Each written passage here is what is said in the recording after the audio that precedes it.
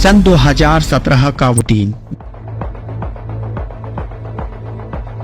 जब संत रामपाल जी महाराज का एक शिष्य जयपुर दूदू थाने में बंद था और कल कोर्ट में उसकी पेशी थी।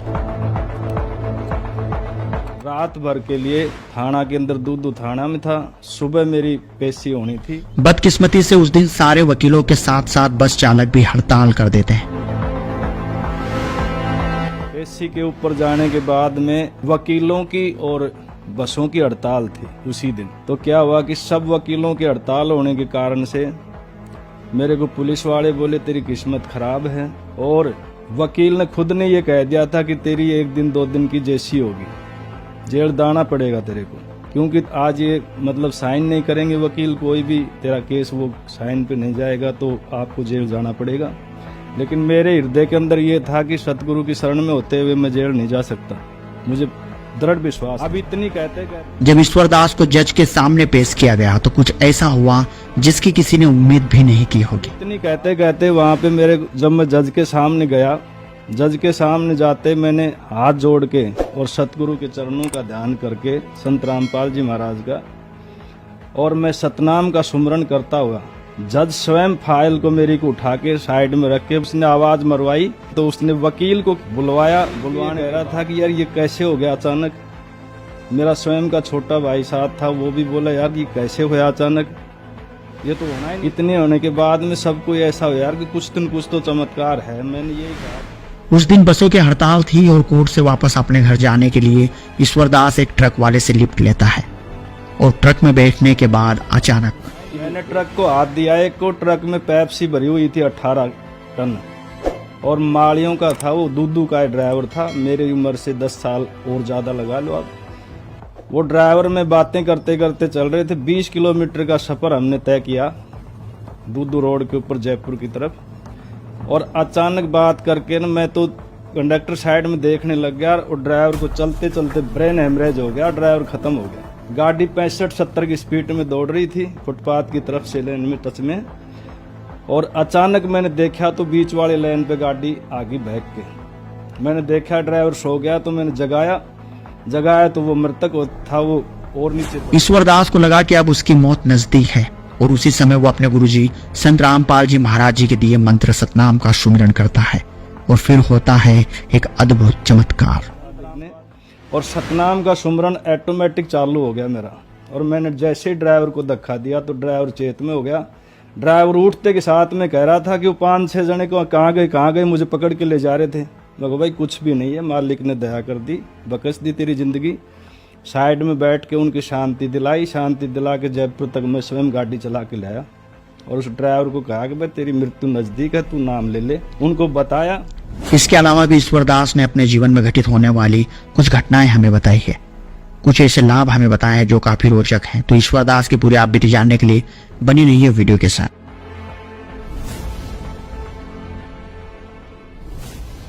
नमस्कार सर। नमस्कार सर। सर क्या नाम है आपका? ईश्वर सिंह जी। सर कहाँ से आए हैं आप? विलेज डाणी ठाकरान, तन नांगल चौधरी, जिला महेंद्रगढ़, हरियाणा से जी। सर संत रामपाल जी महाराज से कब जुड़े आप? 2017 में जी। सर संत रामपाल जी महाराज से जुड़ने से पहले आप क्या भक्ति साधनाएं करते थे? मैं जी सब देवी देवताओं की भक्ति करता था। उसके बाद में मैं धन सतगुरु तेरा ही आसरा से जुड़ा हुआ था सिरसा से जी। 9 साल तक उनकी भक्ति की मैंने। 9 साल में मुझे ऐसा कोई भी अनुभव नहीं हुआ जिससे मुझे लाभ हुआ हो। उसके बाद में ये कांड होने के बाद में, जेल में जाने के बाद में मैं विचलित सा हो गया था कि अब क्या करें, ये भक्ति सत्य नहीं है। जब गुरु जेल में इस कांड से गए, ऐसे में विचलित सा हो गया था। अचानक दिल में ऐसे प्रेरणा होती थी कि अब मैं कहाँ जाऊँ। सर फिर आप संत रामपाल जी महाराज की शरण में कैसे आए? एक दिन मैं टीवी के अंदर सत्संग देख रहा था, तो सत्संग देखते देखते बहुत से साधुओं के सत्संग आते थे साधना चैनल पे। तो एक दिन क्या हुआ कि संत रामपाल जी महाराज का सत्संग चालू था। मैं उस सत्संग को देखा। देखने के बाद में मुझे ऐसा अनुभव हुआ कि हमने बहुत से साधुओं के सत्संग देखे, लेकिन इनमें कुछ अलग सब कुछ अलग सा दिख रहा है। तो मैंने उसको गौर से देखना शुरू कर दिया। 2 दिन देखा, 3 दिन देखा। मैंने देखने के बाद में मेरे को प्रेरणा ऐसे जागी कि ये संत पूरे संत हैं, इनकी भक्ति सत्य है, सतग्रंथों से मैच करती है सारी। तो मैंने उनकी छानबीन करके 2-3 सत्संग और देखे, और देखने के बाद में अचानक दिल में ऐसी प्रेरणा होने लगी कि तू एक दिन भी लेट मत कर, तू चल। तो मैंने पता किया, स्क्रीन पे नंबर लिए। नंबर लेने के बाद में एक भगत से फ़ोन मिलाया। फ़ोन मिलाने के बाद में मैं नारनौल पहुंचा नामदान केंद्र पे। तो नामदान केंद्र पे मुझे कुछ नियम बताए गए। नियम बताने के बाद मैंने कबूल किए नियम सब। परमात्मा की पहले से भी दया थी, इतने ऐब नहीं थे। और मालिक का सत्संग सुनने के बाद में मैं यहाँ नामदान केंद्र पे नियम सब सुन के और परम संत सतगुरु रामपाल जी महाराज से उपदेश लिया। सर, संत रामपाल जी महाराज से नाम दीक्षा लेने के बाद आपको क्या क्या लाभ प्राप्त हुए? सतगुरु रामपाल जी महाराज से नामदान लेने के बाद में सबसे प्रथम तो मुझे ये पता लगा कि ब्रह्मा विष्णु महेश से ऊपर भी शक्तियाँ हैं। धन धन सतगुरु तेरा ये आश्रम में उपमात्मक नाम दिए जाते थे। उस नाम से मेरे को यहाँ जुड़ने के बाद में पता लगा कि ये सतनाम नहीं है और मालिक की सतभक्ति भी नहीं, इससे मोक्ष प्राप्त नहीं है। और दूसरा लाभ ये हुआ कि धीरे धीरे मेरे को भक्ति करने लगा, परिवार मेरा सारा जुड़ गया। ये दया करी संत रामपाल जी महाराज ने। और लाभ ये हुआ कि मेरे घर से एलर्जी बनने से श्वास की बीमारी हो गई थी। मैंने जयपुर महात्मा गांधी के अंदर उनका 9-10 दिन तक इलाज करवाया। उसके बाद में सभी जांचें करवाई। डॉक्टर ने जवाब दिया कि इनको लाइफ टाइम तक ये बीमारी जा नहीं सकती जड़ से, और आप इसका ट्रीटमेंट करवा के दवाइयाँ शुरू करते रहो, लगातार लेते रहो। उसके बाद में छुट्टी लेके मैं 9 दिन बाद में घर आया। घर आने के बाद में दूसरे तीसरे रोज़ हम रात को सोए हुए थे। मेरी धर्मपत्नी बता रही थी, सतगुरु रामपाल जी महाराज स्वयं आए, उनके सिर पे हाथ रख के गए। उसके बाद में मेरी पत्नी को कभी आंख भी दुखनी नहीं आई। वो खूब काम करती है, सारा घर का, कोई बीमारी नहीं, कोई रोग नहीं। संत रामपाल जी महाराज ने दया करी। उसके बाद में जयपुर से 70 किलोमीटर आगे दूदू पड़ता है, वहाँ कोर्ट के अंदर मेरी तारीख थी। मैं रात भर के लिए थाना के अंदर दूदू थाना में था। सुबह मेरी पेशी होनी थी। पेशी के ऊपर जाने के बाद में वकीलों की और बसों की हड़ताल थी उसी दिन। तो क्या हुआ कि सब वकीलों की हड़ताल होने के कारण से मेरे को पुलिस वाले बोले तेरी किस्मत खराब है, और वकील ने खुद ने ये कह दिया था कि तेरी 1 दिन 2 दिन की जेसी होगी, जेल दाना पड़ेगा तेरे को, क्योंकि आज ये मतलब साइन नहीं करेंगे वकील, कोई भी तेरा केस वो साइन पे नहीं जाएगा तो आपको जेल जाना पड़ेगा। लेकिन मेरे हृदय के अंदर ये था कि सतगुरु की शरण में होते हुए मैं जेल नहीं जा सकता, मुझे दृढ़ विश्वास था। अब इतनी कहते कहते वहाँ पे जब मैं जज के सामने गया, जज के सामने जाते मैंने हाथ जोड़ के और सतगुरु के चरणों का ध्यान करके संत रामपाल जी महाराज का, और मैं सतनाम का सुमरण करता हुआ, जज स्वयं फाइल को मेरी को उठा के साइड में रख के उसने आवाज़ मरवाई। तो उसने वकील को बुलवाया। बुलवाने के बाद में साइन करवा के मेरी जमानत हो गई।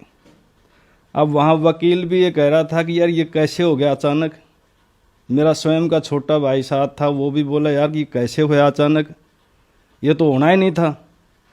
इतने होने के बाद में सबको ऐसा हो यार कि कुछ दिन कुछ तो चमत्कार है। मैंने यही कहा कि भाई मैंने उपदेश ले रखा है और सच्चा सतगुरु संत रामपाल जी महाराज आए हुए हैं, उनसे नाम उपदेश तुम भी लो। ज्ञान चर्चा की, 10 मिनट बैठे और फिर मैं वहाँ से रवाना हो गया।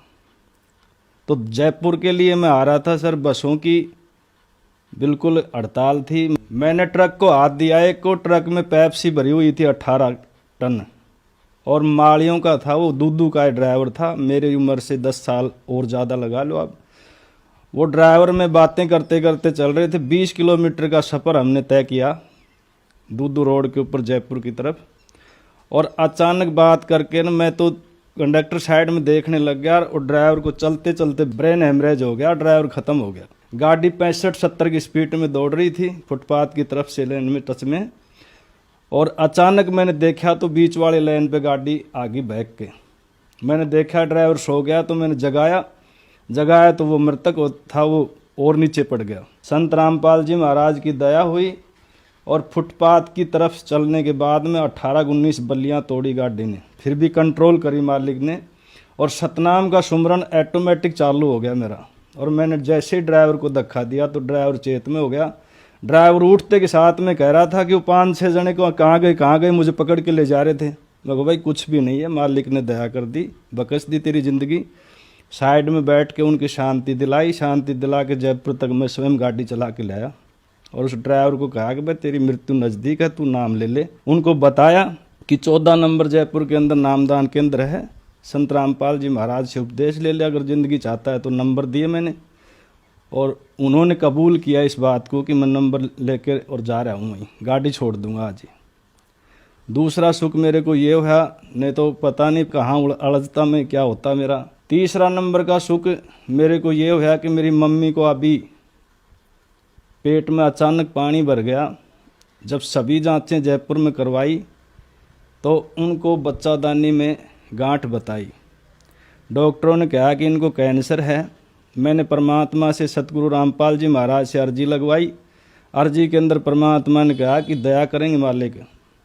और स्वयं 2-3 रोज बाद में परमात्मा सतगुरु रामपाल जी महाराज आए, उनके सिर पे हाथ रख के गए और बोले भक्ति करते रहो और चिंता मत करो, मालिक दया करेंगे। उसके बाद में वो ठीक हैं। ये सुख हुए सब मेरे को। सर, संत रामपाल जी महाराज से नाम दीक्षा लेने के बाद आपको बहुत सारे लाभ प्राप्त हुए, तो जो श्रद्धालु आज आपको देख रहे हैं आप उन्हें क्या कहना चाहेंगे? मैं तो यही कहना चाहूँगा कि ये पूर्ण संत हैं, शास्त्रों में प्रमाणित संत हैं, जो इनकी सभी वाणियाँ इनके ऊपर थमती हैं, सभी सतग्रंथों को जानते हैं। मेरे को कल्याण हुआ, जैसे आप भी अपना कल्याण करवाइए। और संत रामपाल जी महाराज का ज्ञान सारे स्टेटों के अंदर चल रहा है, बुक के माध्यम से, भक्तों के माध्यम से, टीवी के माध्यम से, नेट के माध्यम से। आप देखिए ज्ञान को और अपना दुख दर्द मिटाइए और मोक्ष प्राप्त करो। सर, संत रामपाल जी महाराज से नाम दीक्षा कैसे प्राप्त की जा सकती है?